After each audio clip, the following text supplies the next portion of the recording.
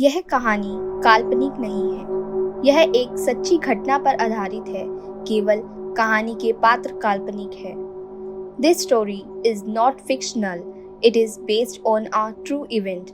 Only the characters in the story are fictional. यह कहानी है एक ऐसे कबाड़ी वाले के बारे में जो गांव-गांव घूमकर कबाड़ी का सामान लिया करता था और एक दिन उसके साथ होता है एक ऐसा हादसा जिसके बारे में आज आपको इस कहानी में पता चलेगा। नाम था उसका हरिया और उम्र होगी यही कुछ 28 से 30 साल। बात भी लगभग 35 से 40 साल पुरानी होगी। हरिया कबाड़ी का काम करता था।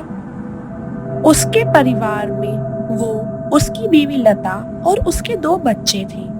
दुकान तो उसकी झोला ही थी, मतलब दुकान नहीं थी उसकी।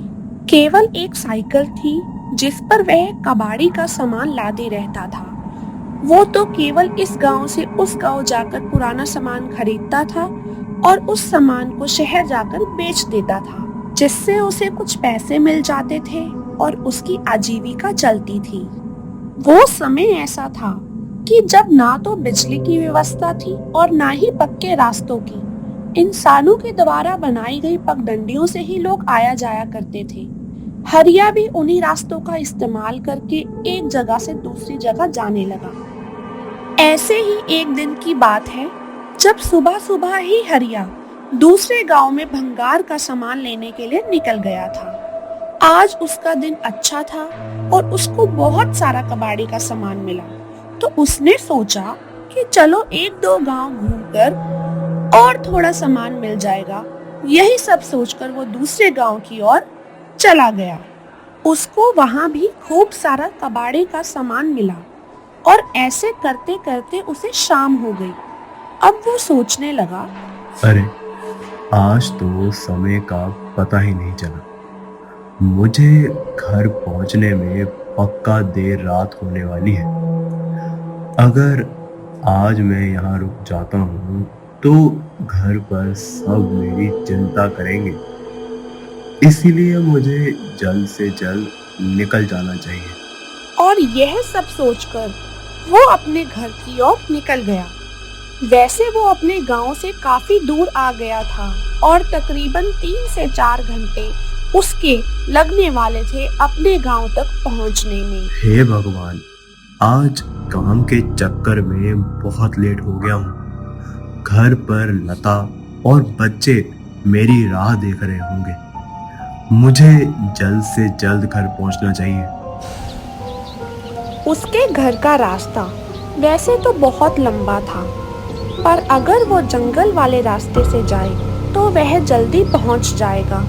यही सब सोचकर वो जंगल वाले रास्ते की ओर चला गया। रात के कुछ 10 बज रहे होंगे। उसे जंगल में थोड़ी दूर पर लालटेन और आग की रोशनियां दिखाई दे रही थी और उसे थोड़ा सुकून मिल रहा था। पर थोड़ा आगे जाने के बाद उसे वो रोशनियां आना भी बंद हो गई। अब हरिया धीरे धीरे आगे बढ़ रहा था और उसके सामान की वजह से वो थोड़ा थक भी रहा था, तो वो थोड़ा आराम करता और फिर से चलने लगता। धीरे धीरे चलते चलते उसे उस जंगल में से अजीब सी आवाज आने लगी और उसको महसूस हो रहा था कि कोई तो है उस जंगल में उसके अलावा जो इस तरह की आवाजें कर रहा था। उसको एक गंदी सी बदबू भी आने लगी, तो उसने सोचा कि शायद यह बदबू खराब पानी की होगी जो यहाँ जमा हुआ है और यह अजीब सी आवाज शायद इन सामानों में से आ रही होगी। थोड़ा आगे जाने पर फिर उसने महसूस किया कि पेड़ों पर कोई तो है, शायद यह कोई पक्षी हो। पर फिर उसने देखा कि वो जो कोई भी था वो एक पेड़ से कूदकर दूसरे पेड़ पर जा रहा था और थोड़ी सी चांद की रोशनी में उसने देखा कि वो एक बड़े बालों वाली एक बूढ़ी औरत थी जो कि इधर से उधर कूद रही थी। यह देखकर हरिया डर गया, क्योंकि किसी भी बूढ़ी औरत का ऐसे एक पेड़ से दूसरे पेड़ पर कूदना बिल्कुल भी आम बात नहीं थी।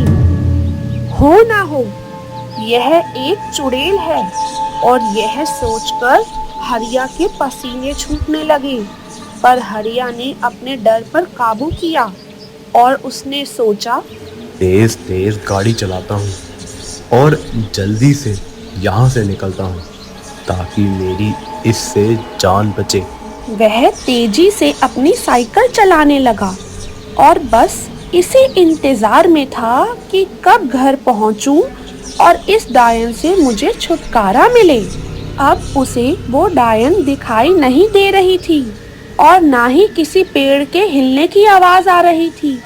उसे लगा कि शायद वो सब उसका भ्रम होगा। शायद मैं काफी थक गया हूँ तो मुझे ऐसा खाली एहसास हुआ होगा। अब मुझे थोड़ा आराम मिल रहा है, पर अब उसने एक बात पर गौर किया कि उसकी साइकिल पर जो भी पीछे भार लदा था वो काफी भारी हो गया था।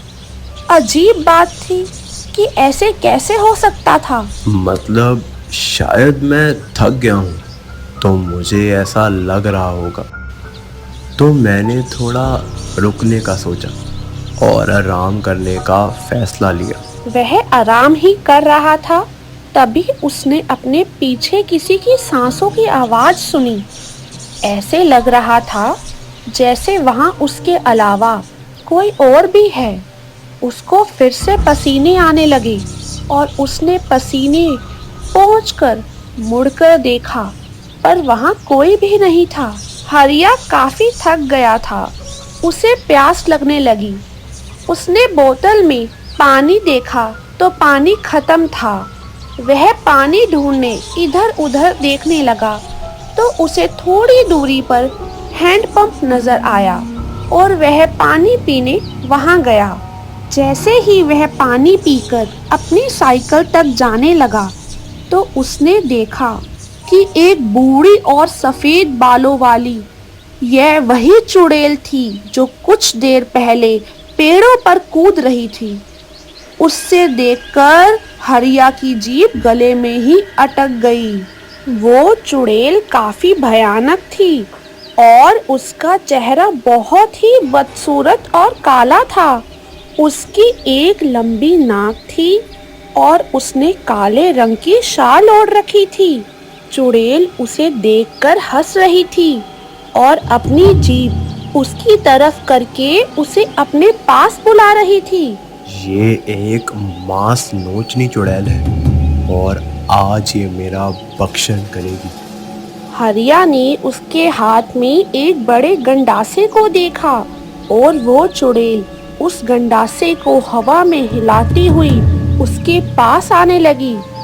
बस अब जितनी जान से हो सके मुझे भागना होगा, वरना ये चुड़ैल मुझे जिंदा खा जाएगी। यह सब देख हरिया तेजी से अपने गांव की ओर भागा और वो चुड़ैल भी उसके पीछे तेजी से भागने लगी। वो चुड़ैल उसके पीछे भागते वक्त बड़ी ही भयानक और विकराल रूपी लग रही थी। पर हरिया भी जोर जोर से हनुमान जी का नाम लेते हुए भाग रहा था और बस गांव तक आ ही गया था। तभी चुड़ैल ने एक जोर की चीख निकाली, रुक, मुझे बहुत भूख लग रही है। और फिर वो चुड़ैल हवा में ही गायब हो गई। हरिया फिर भी भागता रहा और गांव के मंदिर में जाकर बेहोश हो गया।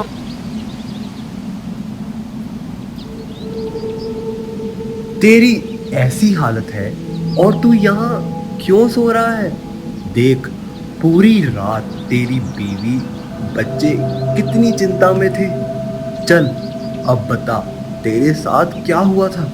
हरिया ने उन्हें पूरी बात बताई। अरे तेरा दिमाग खराब था क्या, जो तू उस मांस नोचनी के जंगल से गुजर आया? खैर, तेरा भाग्य अच्छा था जो तू उससे बच आया। शायद तुझे भगवान ने बचा लिया है, शुक्र कर उसका। फिर हरिया उठा और उसने भगवान का धन्यवाद किया और अपने बीवी से मिलकर वो कुछ गांव वालों के साथ उस जंगल में उस जगह चला गया जहां पर उसकी कबाड़ी की सामान लादने वाली साइकिल थी। उन लोगों ने वहां जाकर देखा कि उसकी साइकिल के टुकड़े टुकड़े हो गए थे और कबाड़ी का सामान यहाँ वहां पड़ा हुआ था। यह सब उसी चुड़ैल का ही काम था। हरिया उस दिन बच गया और फिर उसने गांठ बांध ली कि अब वह इस जंगल में कभी नहीं आएगा।